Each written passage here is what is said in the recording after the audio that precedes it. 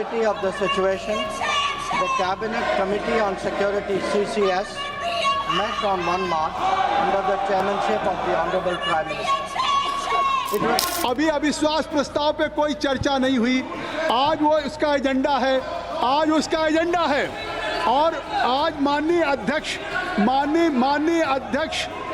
अध्यक्ष का आदेश, माननीय अध्यक्ष का। सभापति महोदय, मुझे लगता है कि विपक्ष पार्टी खुद कंफ्यूजन में है। जो आवाज यहाँ उठा रहे विदेश मंत्री ने इतना सुंदर से, व्यापक रूप से, अच्छी तरह से जो वक्तव्य दिया है, जब तक इस पर डिस्कशन न हो जाए तब तक वो चेयर नहीं कर रहे हैं और आप उसको चर्चा करने के लिए तैयार नहीं, ये नहीं चलेगा। बजट सत्र के दूसरे चरण की शुरुआत उम्मीद के मुताबिक शांत नहीं रही। संसद के दोनों सदनों लोकसभा और राज्यसभा में पहले ही दिन विपक्ष के कड़े तेवर देखने को मिले। नतीजा ये हुआ कि सत्र का पहला दिन पूरी तरह हंगामे की भेंट चढ़ गया।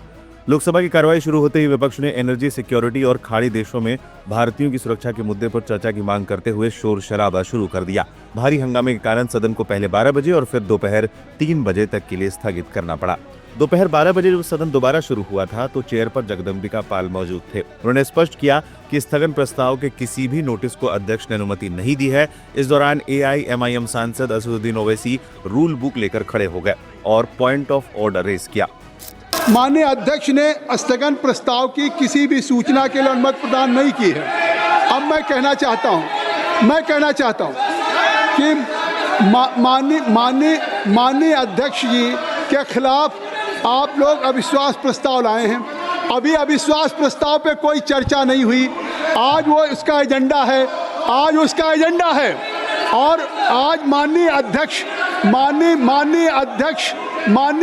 का आदेश मैं।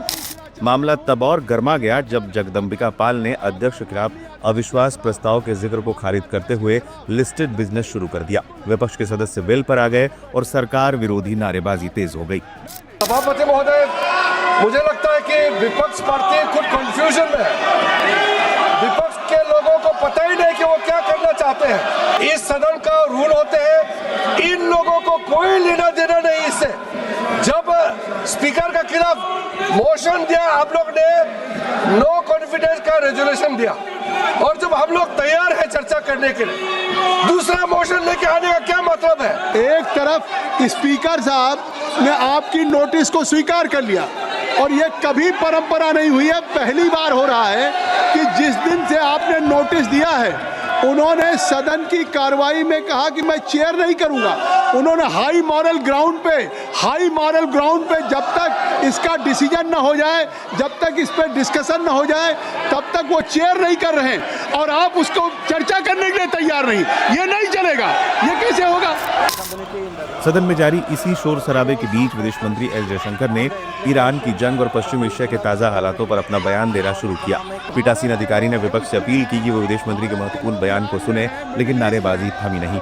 जयशंकर ने भारी हंगामे के बीच ही अपनी बात पूरी की। कि जो सवाल आप उठा रहे हैं उसी सवाल का जवाब सरकार की तरफ से विदेश मंत्री जी दे रहे हैं।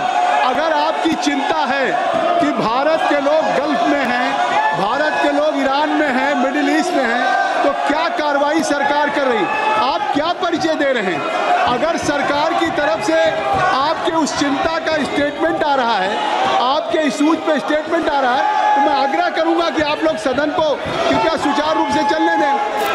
साफ है, बजट सत्र का दूसरा हाफ बेहद चुनौतीपूर्ण होने वाला है।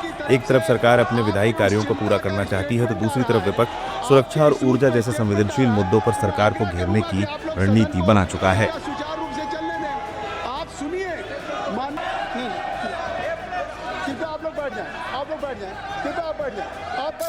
और जो वेस्ट एशिया में हो रहा है उससे कितने रुपए का नुकसान होगा?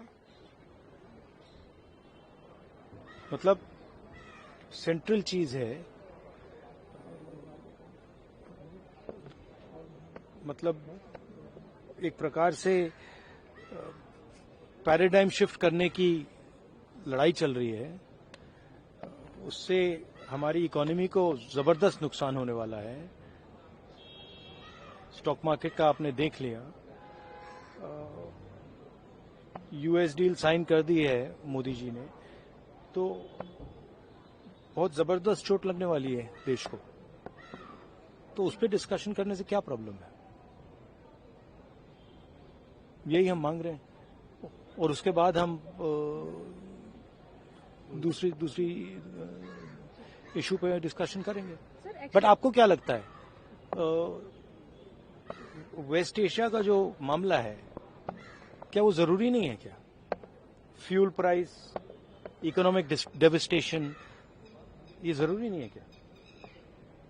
तो ये जनता की इशू है, इसको हम जरूरी मानते हैं, इस पे हम डिस्कशन चाहते हैं। उसके बाद स्पीकर पे जो मोशन है, ठीक है, उसको डिस्कस करेंगे, कोई प्रॉब्लम नहीं है। बट वो डिस्कशन करना नहीं चाहते हैं, क्योंकि उसमें दूसरी बातें निकलेंगी, उसमें प्राइम मिनिस्टर की पोजीशन निकलेगी, प्राइम मिनिस्टर का जो पूरा कॉम्प्रोमाइज हुआ है, जो उन पर ब्लैकमेल किया जा रहा है, वो सवाल उठेगा, तो उसको डिस्कस नहीं करना चाहते। आपने देखा प्राइम मिनिस्टर भाग गए, पार्लियामेंट हाउस से भाग गए, अंदर नहीं आ पाएंगे। अब बता रहा हूं, आप देख लेना, अंदर नहीं आ पाएंगे। मैं फिर कह रहा हूं कि राहुल गांधी से बड़ा हुरमुट और उछल धक्का, हमारे यहाँ बिहार में एक शब्द है उछल धक्का, विपक्ष का प्रोपगंडा लीडर नहीं देखा, लीडर ऑफ प्रोपगंडा नहीं देखा। आप ये बताओ टेक्निकल बात, ये देश तो कानून से चलता है ना, संविधान से चलता है। हमेशा लहराते हो लाल किताब की बाबा साहब अम्बेडकर का संविधान है, उसमें आर्टिकल 94, जो संविधान का आर्टिकल 94 है, वो ये कहता है कि आप स्पीकर को हटाने का नोटिस दोगे, स्पीकर के इस पर जो है डिस्कशन होगा, उस रिजोल्यूशन पर डिस्कशन होगा, है ना। अब जब स्पीकर आ नहीं रहे हैं, स्पीकर उस कुर्सी पर नहीं बैठे हुए हैं, आप अलग रिजोल्यूशन लेके, अलग एडजमेंट मोशन लेके, आप ये बताओ कि ये फैसला कौन करेगा?